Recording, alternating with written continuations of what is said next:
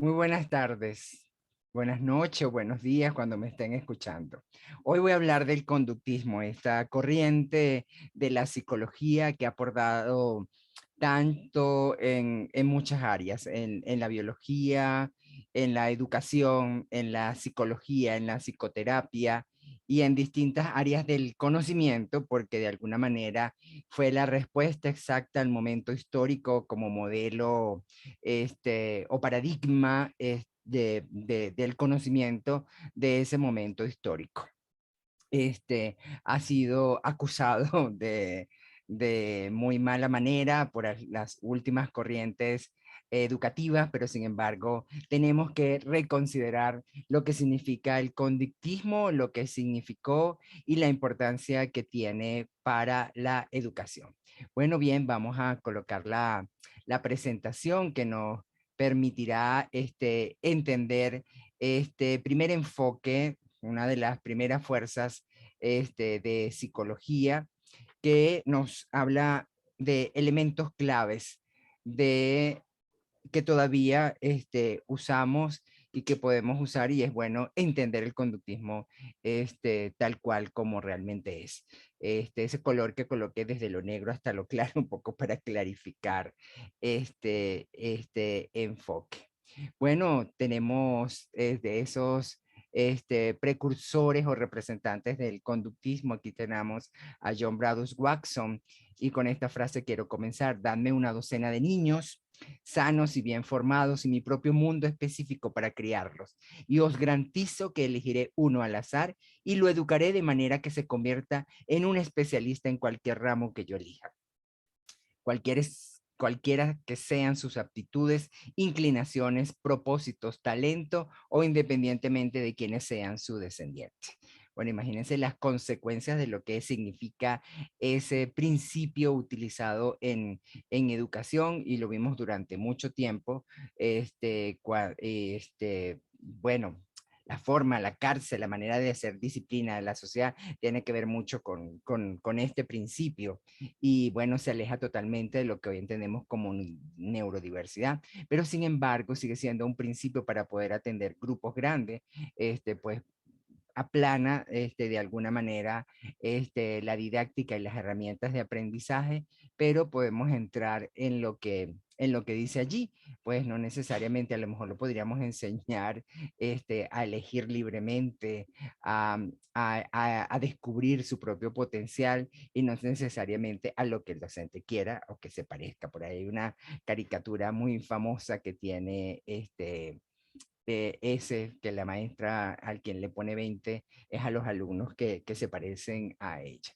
Bueno, una línea del tiempo para entender el conductismo la tenemos aquí en esta representación. Podemos partir de los primeros conceptos de aprendizaje planteado por Aristóteles en el siglo IV antes de Cristo. Tres principios que siguen siendo bien importantes para entender el aprendizaje, que son la semblanza, la oposición y el principio de contigüidad. Son excelentes ejemplos para entender que el aprendizaje sigue estando asociado a esos tres principios planteados por Aristóteles. De hecho, la lógica aristotélica no se supera como modelo, pero si rastreamos el conductismo en la antigüedad, pues vamos a encontrar esa asociación desde el punto de vista del paradigma epistemológico que sustenta el conductismo. Desde el punto de vista de la filosofía y la psicología, estamos en el plano del empirismo y el asociacionismo. Pues la experiencia es el punto importante para a llegar a la verdad, y por eso sustenta el planteamiento del conductista. Y aquí tendríamos que recordar los planteamientos de John Locke, David Hume y Hartley, que son los representantes más importantes en filosofía del el empirismo, y por otro lado los psicólogos asociacionistas. Bueno, tenemos el punto más importante del conductismo representado aquí en su creador, desde el punto de vista de la psicología como ciencia, Wilhelm Wundt, ¿verdad?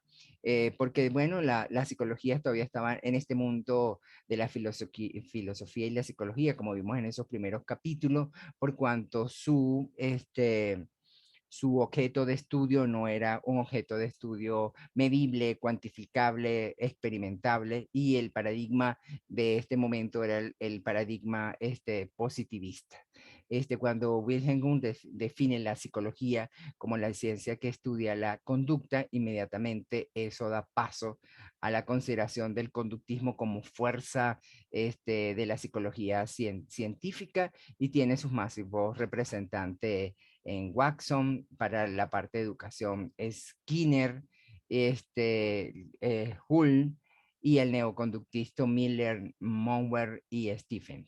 Entonces, bueno, vamos a ver los hitos que plantea el conductismo. Primero parte de la base y las investigaciones del condicionamiento clásico de Iván Pavlov, el condicionamiento continuo de Edwin Guthrie y el condicionamiento operante de Burroughs Skinner en la década de los 50. Más adelante la teoría cuantitativa, estímulo-respuesta de Kenneth Spence, y luego los representantes del neoconductismo.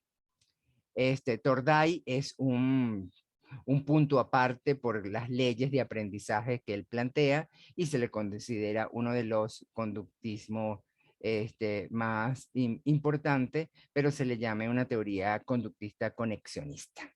La corriente de la psicología, que se basa en el empleo de procedimientos estrictamente experimentales para entender y estudiar el comportamiento observable, no solamente de los humanos, sino de los mamíferos superiores, por cuanto la mayoría de los experimentos para entender la conducta humana se hacía en animales, en mamíferos superiores, por aquello de respetar los derechos humanos y la experimentación en los humanos, considerando el entorno como un elemento clave en el entorno, como el punto de partida que provoca los estímulos y crea las respuestas en las personas. Esa es una definición muy completa de lo que es el conductismo.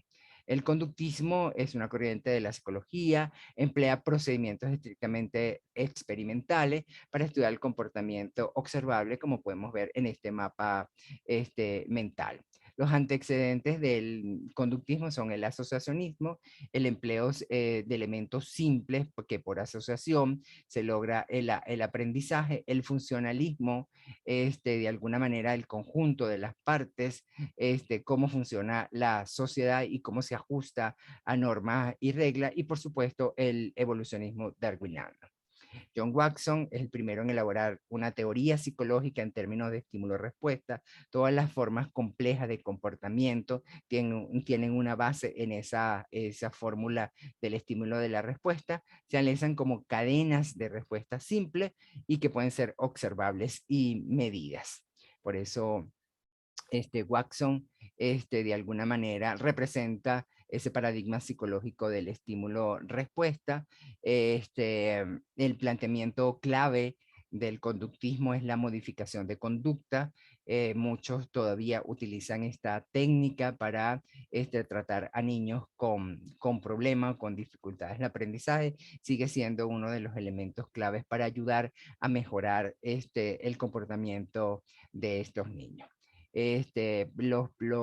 Los elementos claves de este paradigma vienen representados por la desensibilización sistemática, el análisis de conducta aplicada, la terapia de aversión, la terapia de biofeedback o biorealimentación. Estas terapias son las que permiten la modificación de conducta, son métodos psicológicos para el tratamiento de trastornos de adaptación principalmente, y para el cambio de tipos de comportamiento observable. Los más criticados, por supuesto, fueron la terapia de aversión, que era el acercamiento hacia el objeto que producía miedo, terror o ansiedad en aproximaciones sucesivas. Más adelante, el tratamiento era más científico por paso, lo que llamamos análisis de conducta aplicada, y la terapia de aversión a diferencia de la desensibilización sistemática, era llevar directamente el objeto directo hacia la persona. Iván Pavlov, que es un médico ruso que estaba haciendo experimentos sobre el sistema digestivo, la cantidad de salivación que se producía antes de la alimentación, hacía operaciones en las glándulas salivales de los perros, colocaba un aparato y podía medir el flujo de saliva. Pero por casualidad de esas cosas que ocurren en la ciencia, Iván Pavlov descubre el condicionamiento clásico que da origen a todo el planteamiento más fuerte de las teorías conductistas. Aquí vemos el equipo de investigadores de Iván Pavlov, este señor aquí con Chiva, con el equipo de investigadores. Parte como base de la teoría es que Aristóteles explicó el aprendizaje como que aprendemos cuando las cosas son similares, cuando hacemos contrastes sobre algún principio y el contraste permite que aprenda, o cuando los elementos aparecen de manera bajo el principio de contigüidad. Dos o más sensaciones quedarán asociadas siempre que cuando junta o con la frecuencia suficiente ocurra cuando se presenta el estímulo y la otra la respuesta. Bueno, siempre colocan si hay nubes va a llover, si cada vez que me porto mal me regañan o me pegan, o la mayoría de los procesos científicos se aprenden porque ocurren por este principio de contigüidad, ¿no? Cuando mezclo dos sustancias químicas siempre voy a tener un tercer elemento, no voy a tener otro. Este fisiólogo y premio Nobel ruso, además por su investigación, estudió lo que él llamó el comportamiento reflejo. Por supuesto que ese estudio permitió entonces que se crearan las bases más potentes de la psicología conductista. Su principal obra fue Reflejos condicionados en 1926.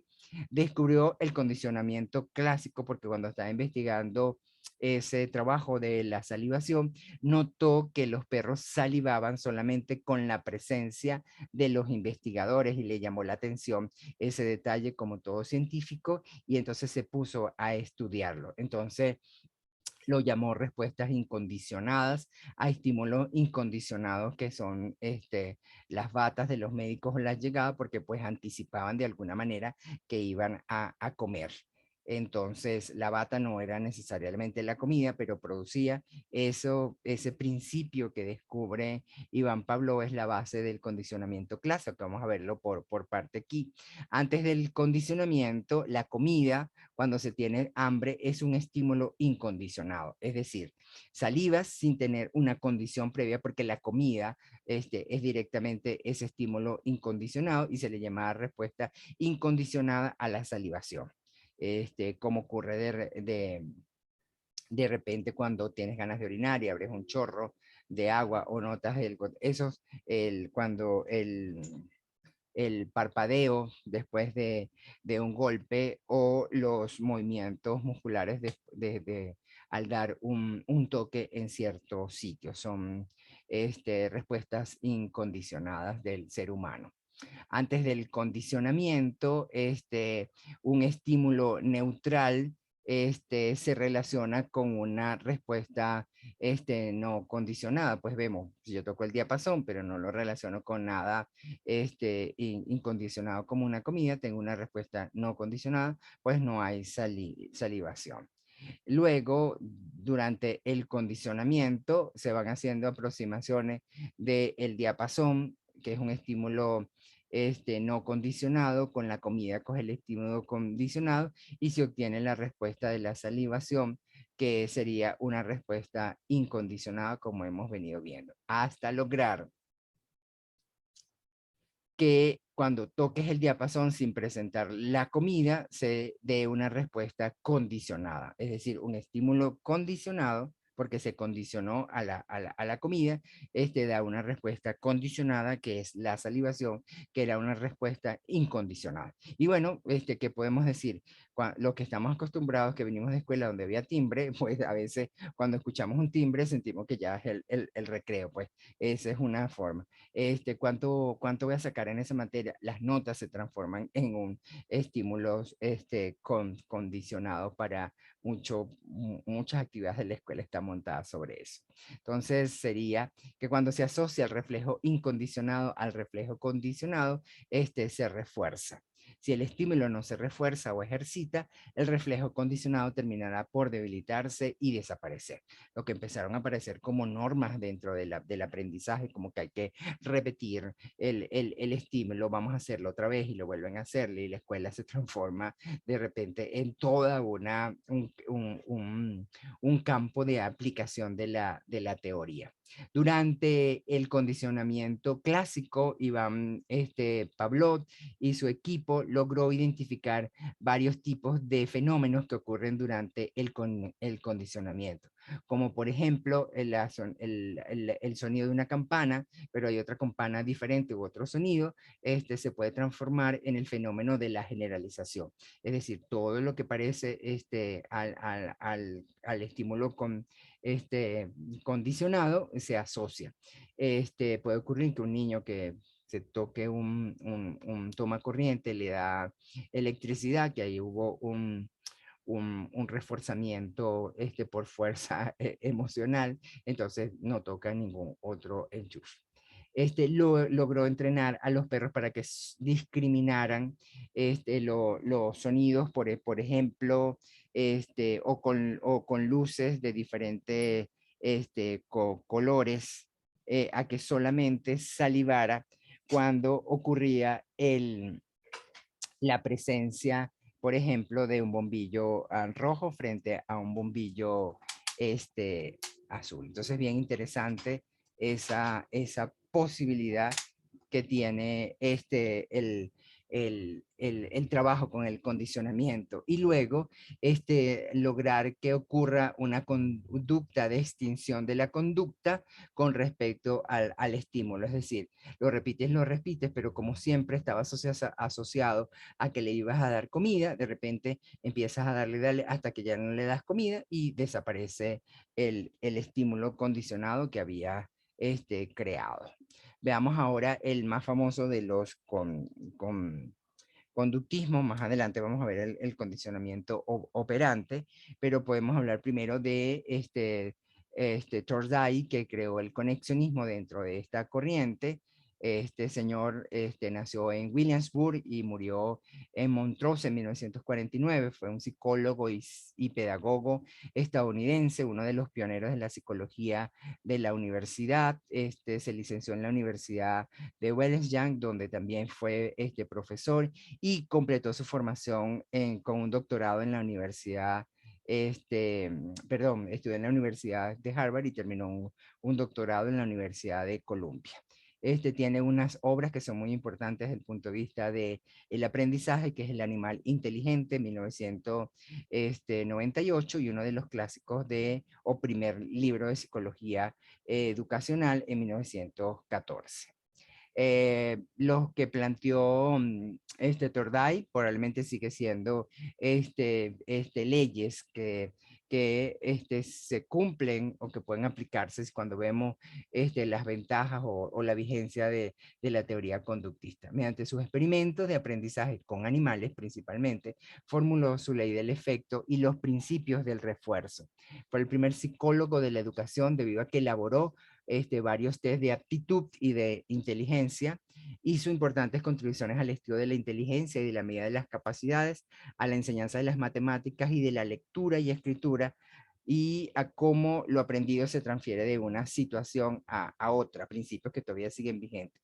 Las leyes del aprendizaje que formuló, la ley del ensayo-error, la selección de la respuesta adecuada entre cierto número de respuestas posibles, las leyes subordinadas o enunciados o principios, las respuestas múltiples y de reacción variada, la disposición o actitud del organismo, la predominancia de elementos, la selección de predominante, la respuesta por analogía y respuesta por lo semejante, desplazamiento asociativo, situación estimulante o respuesta hacia lo nuevo.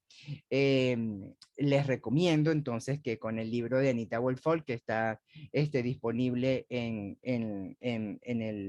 en el aula Classroom, completen lo que significa cada una de estas leyes o lo puedan leer.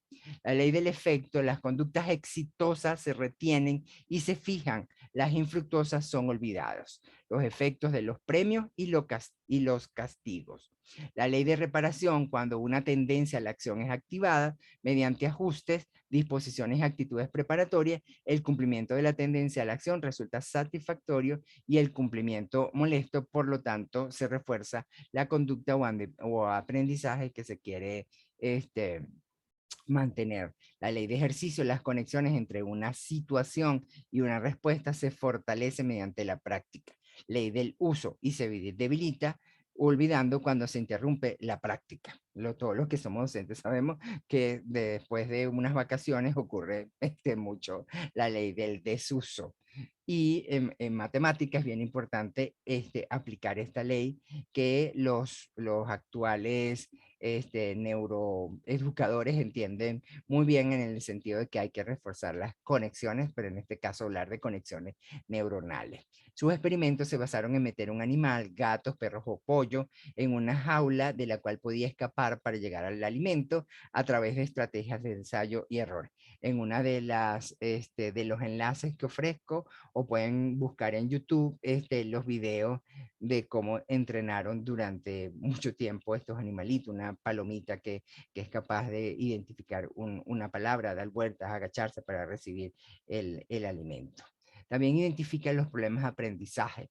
La capacidad depende del número de vínculos o conexiones y de su disponibilidad. La inteligencia es algo cuantitativo.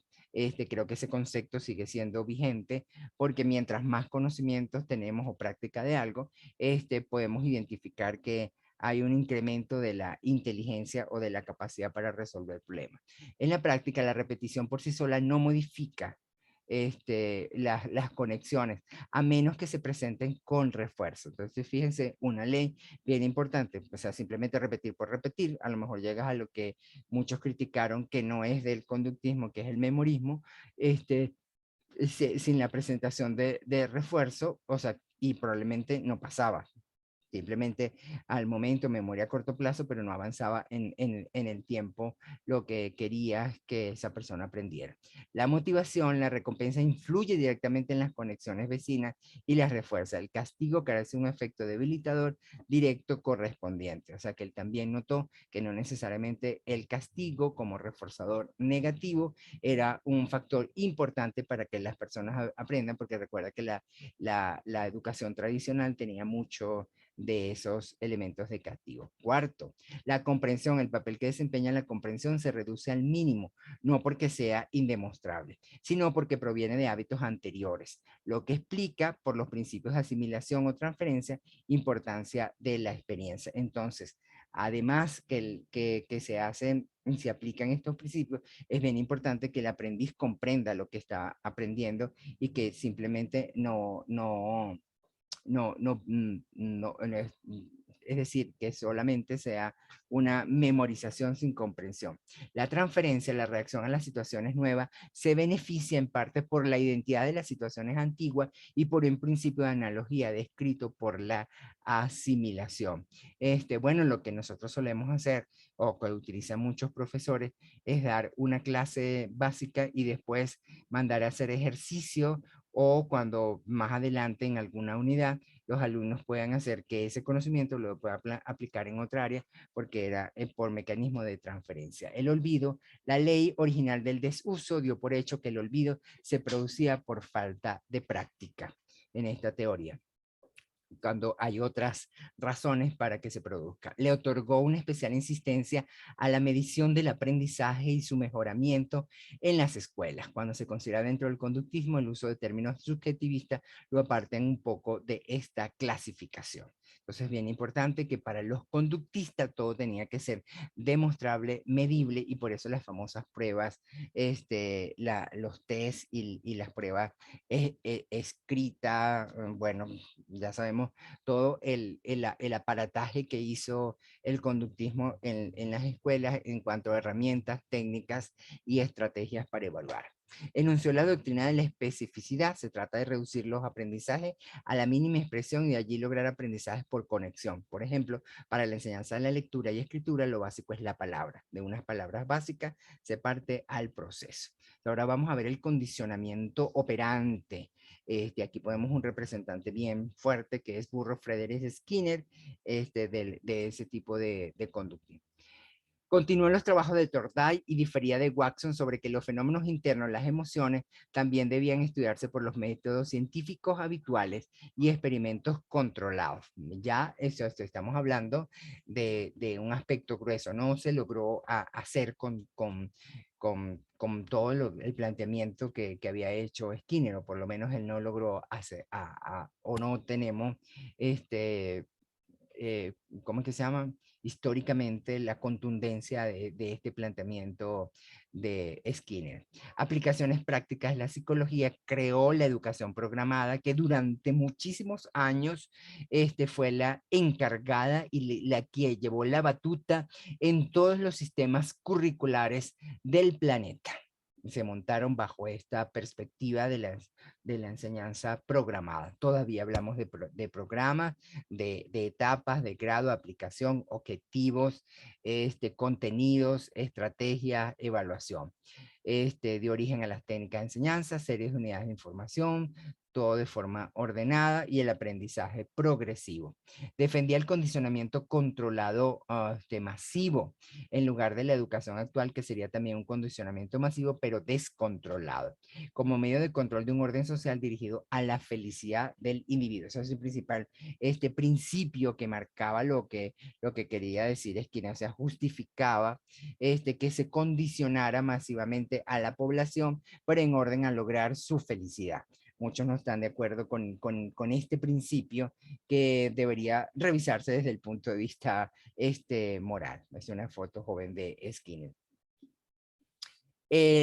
Su aplicación consiste en usar recompensas y castigo, recompensas positivas y negativas que son diferentes del castigo, para inducir ciertos patrones de condicionamiento. Aquí tenemos unas definiciones. El reforzamiento positivo, que es el fortalecimiento de la conducta por la presentación de un estímulo deseado o posterior de la conducta. En las escuelas se llegó a considerar que las notas eran un reforzador positivo, como las carteleras de ubicación de las personas que sacaran mejores notas, las medallas, las caritas felices, todo eso son reforzamientos positivos. El reforzamiento negativo, fortalecimiento de la conducta por la remoción de un estímulo aversivo, te sales fuera del salón, y a veces hay confusiones porque algunos lo mandan y lo castigan para afuera y que sacude el borrador, y a otros se lo dieron por premio, entonces a veces se confunde una cosa con otra y se crean conductas terribles, como por ejemplo los que mandaban como castigo la biblioteca,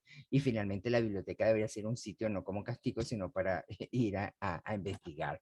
O las caligrafías que durante mucho tiempo se hicieron como reforzamiento negativo. Me tengo que portar bien, no me voy a portar mal. Bueno, se supone que la lectura y la escritura deberían ser de forma natural, pero si la utilizabas como un reforzamiento negativo, alejabas al niño de lo que realmente debería ser algo por placer y por esto. El castigo es un proceso que debilita o suprime la conducta directamente, porque de alguna manera puede ser castigo físico o psicológico, quiere erradicar una conducta y lo presentas directamente para que no lo vuelva a hacer o a cumplir. Entonces hay una diferencia entre el reforzamiento negativo que se hace antes y cuando se hace después de la conducta, entonces los llamaríamos castigo. Los programas de reforzamiento, presentación de reforzadores, después de cada respuesta apropiada, creo que se siguen utilizando de manera maravillosa y humana en los preescolares, donde hay más muestras de este tipo de aplicación de programas de la psicología cognitiva.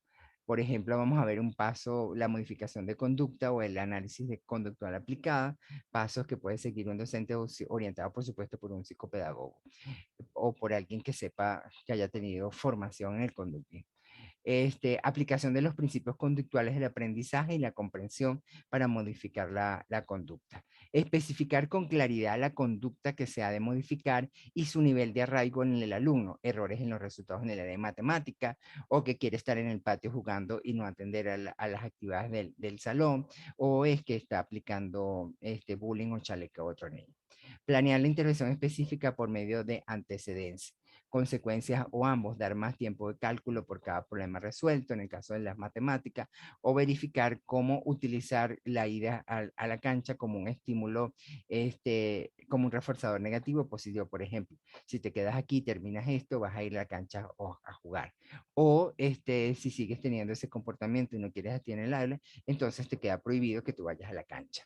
Llevar registro de los resultados, va a ver durante cuánto tiempo hay que ir repitiendo este planteamiento hasta lograr. Por eso que tiene que ser planificado.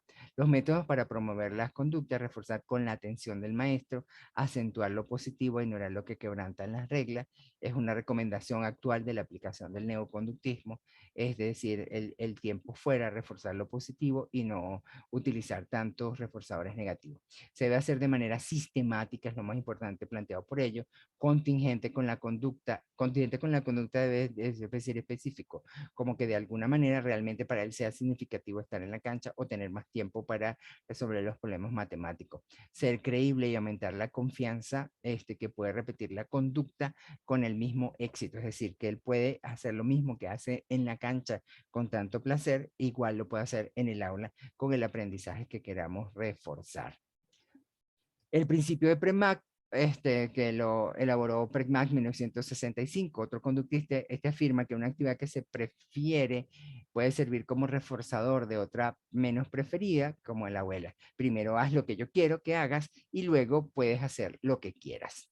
Exige por parte del maestro observar qué hacen sus alumnos en el tiempo libre y agarrar esas conductas que les satisfacen para llevarlas en el aula y utilizarlas como reforzadores positivos o como principio de la abuela. Se requiere además que una conducta no deseable ocurra primero, por supuesto, para que apliques el principio, porque no vas a adivinar dónde se está portando mal para quitar.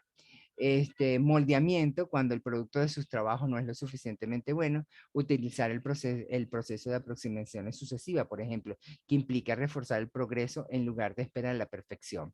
Se debe descomponer la conducta en serie de pequeños pasos. Se le llama análisis de tarea en secuencia lógica para ver exactamente dónde hay que reforzar y no trabajar sobre todos los resultados, porque a lo mejor implica que el alumno no está comprendiendo las reglas, esa es la primera etapa, o que no sabe aplicar el procedimiento en segunda etapa, o que no sabe representar o contar lo que llevó como resultado. Por eso la secuencia y pequeños pasos del análisis de tarea es bien importante. La práctica positiva ayuda a los estudiantes a reemplazar una conducta por otra, corregir lo más pronto posible y practicar la respuesta correcta. En lugar del castigo es recomendable pedirles que practiquen la respuesta correcta, siempre explicar y justificar la acción. Estos son principios muy del neoconductismo. Las conductas indeseables, la conducta indeseable exige una acción directa, el reforzamiento negativo, la saciedad con cuidado. Por ejemplo, si están tirando tacos en el salón, bueno, tiren todos los tacos que va a arborden el salón y hasta que se canse y ya no es cómico estarse tirando tacos y bueno, ahí eliminas la conducta. Las reprimendas en privado siempre se recomienda, no a todo el salón para que no ocurran los fuente ovejuna. El castigo debe ser contingente. El coste de respuesta, que son las multas, se pierde con reforzadores positivos. Evitar usar reforzadores positivos como castigo, por ejemplo, la caligrafía, ir a la biblioteca o realizar un trabajo de investigación. Eso es terrible. El aislamiento social, tiempo fuera de reforzamiento, siempre se debe explicar qué se pretende con estas actividades, evitar en lo posible su uso indiscriminado y hacer énfasis en reforzadores positivos es lo que siempre recomendaron los conductistas. Durante mucho tiempo ¿cómo es que se llama? Se ponía en el mismo nivel la educación tradicional con el conductismo, bueno, por una razón, porque de alguna manera lo que hacíamos en la educación tradicional era justificado por las leyes del conductismo. Pero los conductistas nunca dijeron que había que memorizar, que había que castigar, que había que portarse mal, que había que hacer todo estructurado. El uso sistemático del método, vamos a ver las fortalezas del conductismo, ¿no? Primero, el uso sistemático del método experimental para entender la conducta. De hecho, muchas investigaciones actuales de aprendizaje siguen este principio. El análisis conductual aplicado que nos permite descomponer una tarea y entender lo que está ocurriendo. Ahora que sabemos del proceso cognitivo, completaríamos, pero es un principio bien importante, el análisis de la conducta o el comportamiento de lo que estamos viendo en el aula. El reconocimiento y exploración de las variables situacionales y ambientales, es decir, el comportamiento de ese niño es agresivo porque viene de un ambiente agresivo o porque su mamá refuerza el comportamiento y tendríamos que actuar allí, o sus compañeros, o viene de una situación ambiental terrible que refuerza la conducta y el comportamiento. Eso es bien importante, un aporte enorme y grandísimo del conductismo. El desarrollo de procedimientos para el cambio conductual de amplio uso en la educación, y psicoterapia en personas con problemas o patología como esquizofrénico, niños autistas, deficiencias mentales, adictos, entre otros, muy utilizados.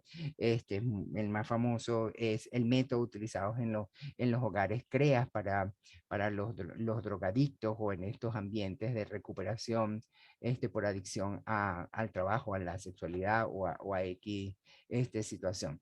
Aportan las teorías de autocontrol y el interaccionismo recíproco, o sea que no siempre es la persona de afuera la que está haciendo este, lo, los reforzadores, sino que también enseñan al individuo a utilizar autorreforzadores para mejorar su conducta. Los principios identificados por los conductistas, tales como el refuerzo positivo y negativo, la generalización, entre otros, son reconocidos en otras teorías de aprendizaje. Las debilidades o limitaciones. La objetividad y el rigor ha simplificado demasiado la consideración de la personalidad e ignora procesos cognitivos complejos e importantes, incluso los emocionales.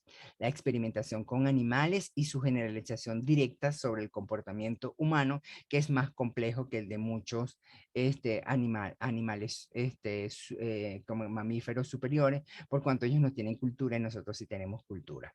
La escasa consideración de las diferencias individuales que determina una brecha entre la teoría y la práctica, y la dependencia al estímulo desencadenante que de no parecer tampoco aparecerá el comportamiento esperado. Entonces, fíjense ustedes, les recomiendo entonces ampliar la investigación leyendo estos libros de Coley Wichat con Cerebro y Conducta. Actualmente, pues yo digo que de alguna manera el conductismo ha devenido en lo que nosotros conocemos muchas teorías cognitivas, o lo entendemos mejor desde ese punto. Historia de la psicología, psicología educativa de Anita Wolford, que es el que tienen esto, creo que el de Santrop, no sé si también lo coloqué, voy a verificar ahorita, y un resumen muy importante que yo hice cuando estaba estudiando el posgrado, que habla de los aportes y limitaciones del enfoque conductista al estudio del comportamiento humano en relación con el contexto cultural. Y ahí tienen varios sitios web donde van a encontrar recursos sobre el conductismo que sirven de referencia. Y recomiendo estas actividades: elaborar un resumen o mapa sobre el conductismo a partir de lo aprendido y revisado sobre el tema, elabora investiga un concepto de aprendizaje según el conductismo y describe cómo explican el aprendizaje los conductismos, por ejemplo, que ya sabemos que lo explican a partir de la fórmula estímulo-respuesta. ¿Qué experiencias de aprendizaje en tu vida consideras tú que has hecho bajo los principios de este enfoque? Elabora una lista con las ventajas y desventajas del control. Bueno, yo les recomiendo, como siempre voy a decir, de cada actividad solamente hacer una de todas las que coloco, que es la que van a colocar para revisar, es que cuenten qué experiencias de aprendizaje en tu vida considera que has tenido bajo esos principios de este enfoque. Vean esa maestra cómo pone a todos los muchachitos que tienen formas y diferentes de pensar a que todos piensen cuadrado como ella. Bueno, muchísimas gracias. Soy Ángel Tobar, soy un docente apasionado por la educación. Y bueno, listo. Nos vemos entonces.